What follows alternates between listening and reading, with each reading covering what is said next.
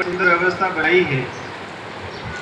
हमारे ऋषि महर्षियों ने बड़ी सुंदर व्यवस्था बनाई है कि हम कोई भी कार्य करते हैं तो उनको धर्म से जोड़ के करते हैं।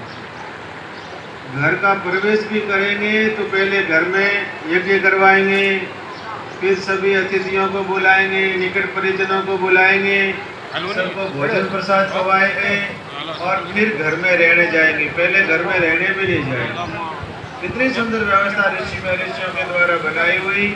सामाजिक ढांचा ही ऐसा है, इतना सुंदर सामाजिक संरचना की है हमारे ऋषियों ने कि हम उस संरचना से बाहर जा ही नहीं सकते। जैसे कोई संरचना से बाहर जाने का प्रयास करेगा तो उसका हाल वैसा ही हो जाएगा जैसे पतंग जब डोरे से जुड़ा हुआ होता है, डोरा कहीं खूंटे से जुड़ा हुआ होता है, तब तो आराम से लहराता है खूब मस्ती से, पर जैसे ही धागा वहाँ से अलग हो गया तो पता नहीं कहाँ जाके गिरेगा, पता नहीं लगेगा। तो हमारे पुरखों के द्वारा स्थापित सुंदर सामाजिक व्यवस्था, इस व्यवस्था से कोई अलग हो जाता है या व्यवस्था से बाहर हो जाता है तो पतंग का हाल होता है, उसका पता ही नहीं लगता है। तो सज्जनों, हम सब मनुष्य हैं। भगवान ने हम सबको मनुष्य का जन्म दिया है, वो भी भारत की पुण्य भूमि में मिला है। कितने सौभाग्यशाली है।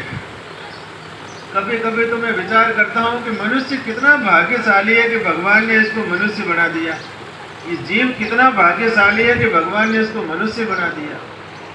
अगर इस जीव को मनुष्य न बनाते, कहीं कोई और पशु पक्षी बना देते, तो क्या आज हम इस प्रकार से कार्यक्रम करते होते? क्या पशु पक्षियों में कभी घर का उद्घाटन किया जाता है?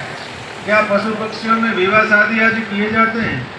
क्या पशु पक्षियों में सामाजिक रीति नीति निभाई जाती है? क्या पशु पक्षियों में माता पिता भाई बहन चाचा चाची ताऊ ताई के संबंध होते हैं क्या? नहीं होते हैं। क्या पशु पक्षी बैठ के इस प्रकार से सत्संग सुन सकते हैं? क्या पशु पक्षी भगवान का नाम ले सकते हैं? क्या पशु पक्षी भगवान की लीलाओं का गुणगान कर सकते हैं? क्या पशु पक्षी भगवान के दर्शन कर सकते हैं? क्या पशु पक्षी भगवान की लीलाओं के दर्शन कर सकते हैं? नहीं कर सकते। ये सब कौन कर सकता है? मनुष्य कर सकता है। इसलिए मनुष्य श्रेष्ठ। इस धरती पर कोई सर्वश्रेष्ठ भगवान ने किसी को बनाया तो मनुष्य को बनाया। वैसे गौ माता सबसे सर्वश्रेष्ठ है, पर गौ माता तो धरती का भूलोक का प्राणी नहीं है, वो तो वैकुंठ का प्राणी है, इसलिए उनकी कोई उपमा नहीं दी जाती। पर मनुष्य को तो उपमा दी जाती है कि कोई भगवान की सर्वोत्कृष्ट कृति है तो मनुष्य। मनुष्य को सर्वश्रेष्ठ क्यों माना? क्योंकि भगवान का नाम ले सकता है। भगवान का नाम लेना चाहिए। हम तो लगे इसलिए समाज के कार्य में।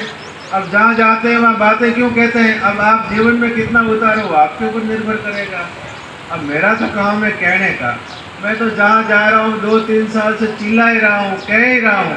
अब जीवन में आप कितना उतारते हो आपके ऊपर निर्भर करेगा, वो मेरे ऊपर निर्भर नहीं करेगा। वो तो अगर आपके जीवन में आपको परिवर्तन लाना है तो जो बातें कह रहे हैं उस पर आप चलो। आपको